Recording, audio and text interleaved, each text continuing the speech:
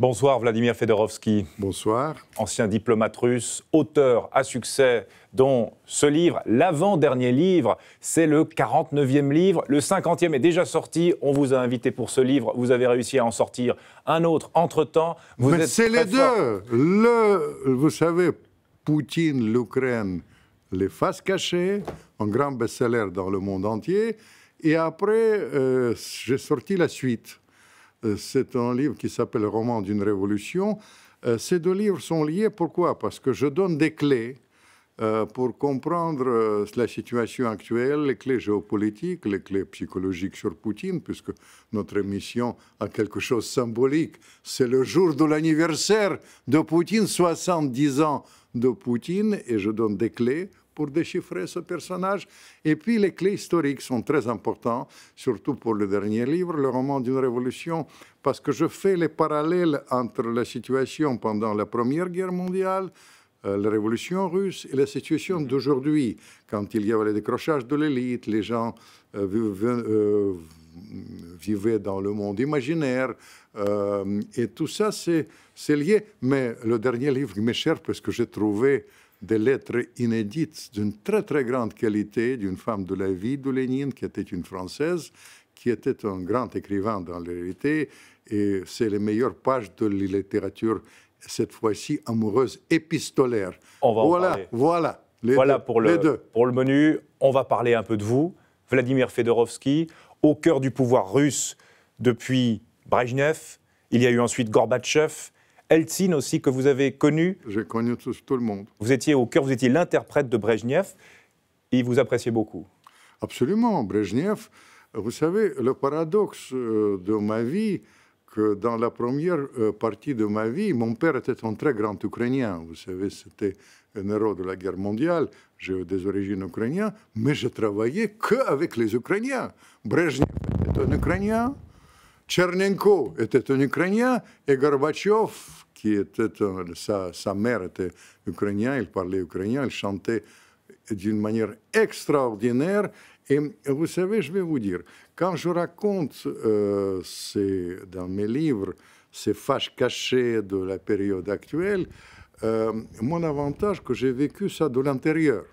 Je peux vous raconter ça d'une manière pittoresque, comme dans les romans de James Bond, mais je peux aussi alerter sur les dangers qui nous guettent. Et pour ma part, je considère qu'aujourd'hui, on vit un des moments, sinon le moment le plus dangereux de l'histoire de l'humanité, parce qu'avant de mourir, mon ami Gorbatchev, il a dit on n'était jamais si près de l'apocalypse mondiale, jamais si près de la Troisième Guerre mondiale.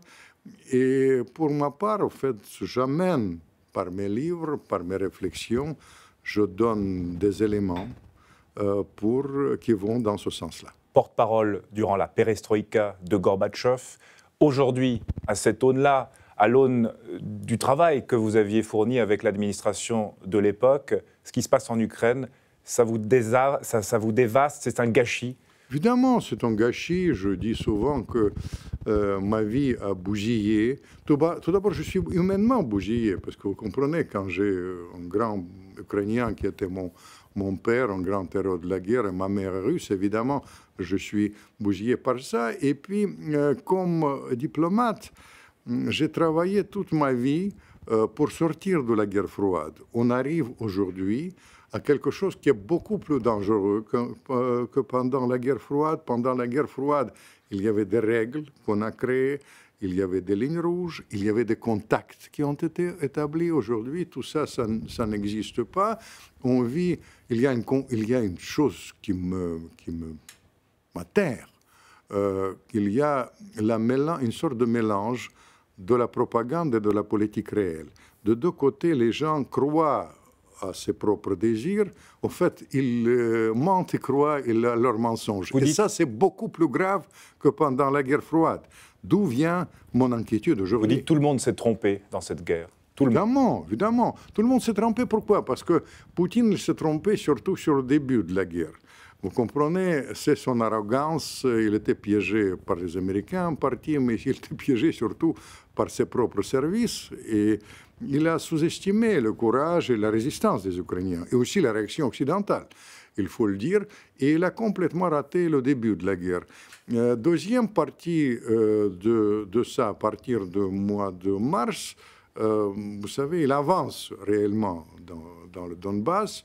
Une grande dame américaine qui dirige tous les services américains, Hervé Haynes, elle s'appelle, elle pense que dans 4 mois, ce sera l'affaire pliée. Bref, tout ça, les choses se trompaient. Mais l'Occident, il s'est trompé d'une manière absolument étonnante à propos des sanctions. Vous savez, quand j'ai sorti ce livre, ils m'ont dit, Vladimir, je parle avec un grand responsable américain, il me dit, Vladimir, c'est une affaire pliée. Dans une semaine, il y aura un complot contre Poutine, il sera viré, et les sanctions, les Russes seront dans la rue, il y aura une révolte, et c'est la fin. Qu'est-ce qui s'est passé? Aujourd'hui, il y a même un ministre français qui a dit qu'il va mettre la Russie à genoux. Aujourd'hui, le dindon de la farce, c'est l'Europe. Il y a la famine qui menace l'Afrique. Le rouble ne se passe si bien. On a tiré dans ses propres pieds par les sanctions parce que, vous savez, les Russes gagnent beaucoup plus maintenant avec le gaz et le pétrole qu'avant. Et puis, ce que dit avec beaucoup d'angoisse Kissinger, il dit... On a créé d'une manière irréversible l'alliance anti-occidentale entre la Chine et la Russie. Vous avez bousillé ma vie, mais vous avez bousillé aussi la vie de Kissinger qui a justement découplé sa diplomatie qui était très fine, découplé la Russie et la Chine. C'est tout le contraire qui se passe. Les sanctions, il y a la résilience incroyable du peuple russe qu'on sous-estime. Évidemment. Mais je vais vous raconter. Le jour même, quand ils ont les sanctions, je parle avec ce responsable américain. À côté de moi, il y a un ambassadeur, un grand ambassadeur américain de mon époque. Et c'est ce monsieur qui m'a dit, l'affaire est pliée, la Russie va s'effondrer. Et après, je lui dis à cet ambassadeur, vous savez, il faut qu'il relise Tolstoï. Résilience, vous avez utilisé le mot qu'il fallait, résilience russe. Guerre et paix, vous savez, les Russes, ils ont connu 27 millions de morts pendant les nazis. Mon ambassadeur, il continue à manger le dessert. Et après, au café, il m'a dit, Vladimir, hélas, il faut qu'il lise Tolstoï. Il y a l'ignorance, il y a l'arrogance, c'est-à-dire des deux côtés. Il y a les erreurs qui nous amènent à 3 scénarios. Le premier scénario, c'est vos collègues, ils disent l'Ukraine est en train de gagner la guerre. Je parle avec les Ukrainiens, avec mes origines. J'ai dit, qu'est-ce que ça signifie pour vous de gagner la guerre? C'est prendre Donbass, ils disent, prendre la Crimée, prendre Poutine et puis scinder la Russie en 5. Je dis, faites attention. Si vous faites ça, les Russes, ils ont la supériorité sur le théâtre européen. 8 à 1 dans le domaine des armes tactiques nucléaires. Vous savez, en train d'être pendus, appuyés sur le bouton, peut-être ils vont appuyer sur le bouton. Le danger de la guerre. Il y a le scénario dont je vous parle, le scénario Hervé Haynes, il dit que les Russes progressent. Mais dans ce cas-là, vous savez, les Russes, ils vont aller plus loin, vers l'Odessa. Et cette fois-ci, les Américains me disent, on va intervenir. C'est la guerre mondiale. Et puis, cette solution de l'enlisement, l'Europe dans le don de la farce, la famine en Afrique, c'est tellement imprévisible que ça nous ramène au dérapage. Hélas, mon souhait, avec mes antécédents, le souhait de désescalade, c'est pas demain la veille. C'est pas demain la veille. Et puis, il y a le paradoxe des sanctions. On dit que les sanctions contre les oligarques sont paradoxalement très populaires auprès du peuple russe. Évidemment, mais ça, c'est ce que vous êtes un homme de bon sens. Je vais vous raconter. Il y a un discours de Biden. Il dit, je vais taper Poutine, Boucher, etc. Et d'autre part, il dit, je vais spolier les oligarques, les yachts, etc. Vous savez ce qu'il fait, Poutine, qui est tordu quand même. Il a présenté ce discours sans commentaire dans toutes les télés russes, plus en direct sur un énorme écran. Les Russes, ils écoutent, Boucher, etc. Mais quand il parle spolier les oligarques, énorme tonnerre d'applaudissements. Parce que parmi les répercussions de ce qui se passe. Évidemment, il y a les répercussions sur les oligarques. Ils seront obligés d'en finir de toute manière, cette fois-ci pour survivre, d'en finir avec ce système quand il y a 2% de la population qui a spolié 50% de l'industrie russe, et ça, c'est un système invivable. Ma femme, elle dit qu'on doit vraiment remercier les Occidentaux parce qu'ils ont obligé les Russes de changer le système oligarchique. Vladimir Poutine est-il encore aujourd'hui, l'homme fort en Russie, est-il encore populaire ? Bien sûr, bien sûr, bien sûr. Parce que vous comprenez, encore une fois, il ne faut pas prendre ces désirs pour les réalités. Je me fie sur l'analyse de la CIA. La CIA pense que les meilleurs sondeurs en Russie, c'est un organisme qui s'appelle Levada, l'organisme de l'opposition. Il donne 75% après l'annonce de la mobilisation, après les dernières annonces de la semaine dernière de Poutine, 75%. Pourquoi ?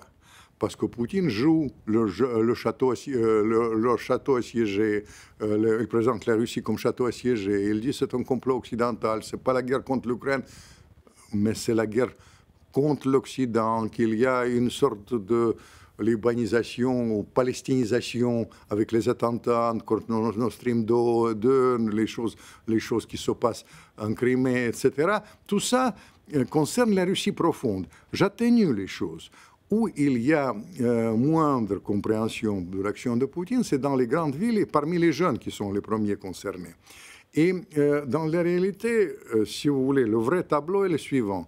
75 des Russes approuvent l'action de Poutine, surtout dans la Russie profonde, mais en même temps, pour reprendre le célèbre mot de quelqu'un qu'on connaît, il y a la majorité des Russes sont en faveur de la sortie de la crise par les négociations. Et ça, c'est quand même significatif. Il y a une sorte de contradiction qui existe maintenant. Et peut-être ça peut nous sauver pour l'avenir, parce qu'il y a quand même la majorité de pays, hélas, l'Occident est complètement absent, mais la majorité de pays, les Chine, la Mexique, l'Israël, Turquie est très actif, l'Inde, ils appellent au cessez-le-feu parce qu'ils savent que le dérapage vers la guerre mondiale ne va profiter à personne. Vladimir Poutine doit-il préparer sa succession ? Il devrait préparer sa succession, ce n'est pas demain la veille. Il y a les clans au Kremlin, les clans plutôt faucons, les clans plutôt qui est moins favorable de ça, mais je ne voudrais pas qu'on vive dans le monde imaginaire. L'alternative à Poutine, ce n'est pas du tout les pro-occidentaux. Les gens qui ont été au pouvoir avec Helsinki, etc., ils sont complètement discrédités, comme d'ailleurs mon ami Gorbatchev. Vous savez, c'est 2% d'avis favorables dans les deux cas. C'est-à-dire les gens haïssent cette période. Et pourquoi il y a ce soutien de Poutine? Parce que ce que les gens haïssent le plus, c'est la période des années 90, quand il y avait 2% de la population qui partageait le gâteau et 50% frôlaient le seuil de pauvreté. Poutine dit que c'est la plus grande catastrophe du XXe siècle. Évidemment, il dit exactement. La fin de l'URSS. La fin de l'URSS, qui est la grande catastrophe de l'Union soviétique, géopolitique du XXe siècle. Mais vous savez, Poutine, il y a du Macron en Poutine, parce que la phrase la plus célèbre, encore plus célèbre que vous citez, c'est que celui qui ne regrette pas l'Union soviétique n'a pas de cœur, et celui qui le regrette n'a pas de tête. Vous voyez, tout est son contraire, et il y a une contradiction. Je voudrais, vous savez, pour ces livres, j'ai vu beaucoup de gens. Notamment, j'ai vu le plus grand mafieux de Saint-Pétersbourg qui a formé la jeunesse. Le Poutine jeune, il était formé par la pègre. Il était garçon de la rue. Le garçon de la rue, exactement. Et garçon de la rue, quand il était formé par la pègre, ce chef de pègre, il a dit, c'est un jusqu'au-boutiste. Dans notre milieu, on ne recule jamais et on va jusqu'au bout de la logique. C'est tout Poutine. Mais après, pour être franc, un très grand Américain, il m'a dit, peut-être ce qui peut nous sauver, paradoxalement, le fait que Poutine gère cette affaire comme un homme de renseignement. Parce que l'espion, il doit tirer des leçons de ses propres échecs. Par exemple, il fait l'échec au début de la guerre, il se concentre sur Donbass, et je pense qu'il sera obligé de tenir compte, en tout cas, d'une sorte de consensus majoritaire, au moins dans le monde. Oublions l'OTAN pour l'instant, mais vous savez, ces appels incessants vers le cessez-le-feu, il doit les écouter. Peut-être ça peut nous donner une petite chance de s'en sortir. Poutine, c'est un homme que vous avez rencontré à plusieurs reprises. Oui, vous le connaissez. Quel souvenir vous gardez de cet homme? Je vais vous dire, ce qui m'a frappé la première fois, c'était dans le palais où Yusupov a tué Rasputin. C'était intéressant. J'ai écrit à l'époque un livre de Rasputin à Poutine qui m'a valu la haine de Poutine, d'ailleurs. Et je regarde Poutine, il commence à copier mes gestes. Je dis, qu'est-ce que c'est que ça? Et après, on m'a expliqué qu'il y a un protocole au KGB pour vous mettre à l'aise les gens avec qui vous travaillez, généralement c'est les agents, il faut un léger mimétisme, soi-disant. C'est un protocole psychologique. J'ai trouvé ça bidon, après on m'a expliqué que la même chose existe au niveau de la CIA. Et puis, des années après, j'étais ami de Jacques Chirac. Chirac m'a raconté une histoire, ça m'a frappé. Ils sont tête à tête avec Poutine. Et Chirac, il a remarqué que Poutine, au sommet de l'État, il copie ses gestes. C'est-à-dire, au fait, Kissinger, il a eu raison quand il m'a dit que Poutine agit au sommet de l'État comme un homme de renseignement, et peut-être c'est ça qui peut nous sauver. Vous comprenez, c'est ça qui m'a frappé, mais il y a, vous savez, je raconte dans ces livres, dans la réalité, 6 Poutines complètement différents. Poutine formé par la pègre, Poutine, l'espion, Poutine choisi pour sa faiblesse. C'est un grand artiste, vous savez, il se déguise en vrai faux faible. Il était choisi pour sa faiblesse supposée dans les magouilles d'Helsinki, et après, comme marionnette, il est choisi. Et après, d'un coup, il devient marionnettiste. Il est devenu marionnettiste, et après, il y avait Poutine, évidemment, le tsar, et puis Poutine, maintenant, avec la gestion très contradictoire de la guerre. Mais finalement, quand je n'étais pas obligé d'écrire ce que je maintenant de faire, mais j'ai essayé de donner les clés pour déchiffrer le personnage. Par exemple, il y a un aspect que je tiens à vous souligner, qui m'a frappé. C'est l'influence mentale du sport, de judo. L'homme viril, l'homme macho. Même pas. Vous savez, c'est l'homme qui utilise la force de l'adversaire pour retourner les choses. L'autre jour, il y a quelqu'un que je connaissais bien sur le plateau de télévision, c'est l'ancien président polonais. Il parle, il dit, il faut que ce que vous désirez, on lui a demandé, il a dit, je veux que diminution de la population de la Russie de 100 millions, le journaliste a été un peu étonné, et après, scinder la Russie en 5. Je lui ai signalé, pour retorquer, que quand même c'est dangereux, parce que Poutine ne laissera pas faire, et peut-être, si vous essayez de faire ça, il peut utiliser les grands moyens. Et, vous comprenez, moi je ne savais pas. D'un coup, pendant une semaine plus tard, tous les jours, à la télévision russe, il y avait 100 commentaires, ces séquences. Et ça a fait renforcer la popularité de Poutine de 5%. C'est-à-dire, il a utilisé, soi-disant, la force supposée, la domination de l'Occident dans les médias, et il retournait ça en sa faveur. Ça reflète sa mentalité, comme je suis absolument persuadé que son jusqu'au boutisme, c'était lié avec sa formation par la pègre de Saint-Pétersbourg, ne reculez jamais. Attaquer ce parrain de mafia, ça m'a rappelé ma rencontre. J'étais dans un grand hôtel de Saint-Pétersbourg, et ce monsieur, c'est à peu près comme dans le film Parrain. Il m'a donné des clés, des règles. Et quand il m'a dit « attaquez le premier, ne reculez jamais », j'ai pensé à la crise ukrainienne, attaquer le premier, ne reculer jamais, aller jusqu'au bout. Vous voyez, ça donne des clés psychologiques cette fois-ci pour aller jusqu'au bout de notre investigation. Et est-ce qu'il est assez compris, est-ce qu'il est assez connu, Poutine, sur la scène internationale? Non, sur le plan international, il a 22 ans, il est hyper connu, vous comprenez. Mais dans le sens psychologique, ce que vous décrivez. Ah non, vous savez, je vais vous dire, ça c'est un grand problème que j'affronte, je vais vous dire. Le problème de ça, je pense qu'il y a beaucoup de suppositions, d'approximations d'analyse. Je suis persuadé qu'il y a approximation de l'analyse, c'est pour ça que j'écris en fait mes livres, c'est de personnages de Poutine. Parce que si vous regardez vos collègues, Poutine devait mourir.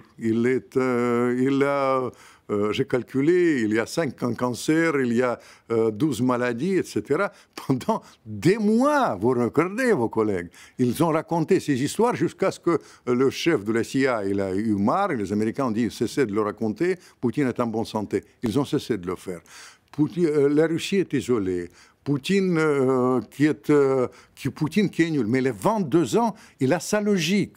C'est un personnage que j'ai toujours combattu, mais simplement, inventer ce personnage, c'est très dangereux, parce que d'une manière générale, on prend des décisions sur les bases erronées, d'où vient l'intérêt d'avoir les éléments incontestables. Et il y a la fascination pour Staline, évidemment, aussi, de Poutine et d'une partie du peuple russe. Absolument. Je vais vous dire, il y a 2 volets. Poutine, à la fois, c'est un continuateur des grands tsars. D'ailleurs, il faut qu'un jour, j'écrive un livre sur Pierre le Grand, parce que le vrai inspirateur, c'est Pierre le Grand. Et après, il y a Staline. Pourquoi? Parce que Staline, même cet échec du début de guerre, Staline, il a eu l'échec, et après, il a tenu bon, et après, il a tourné.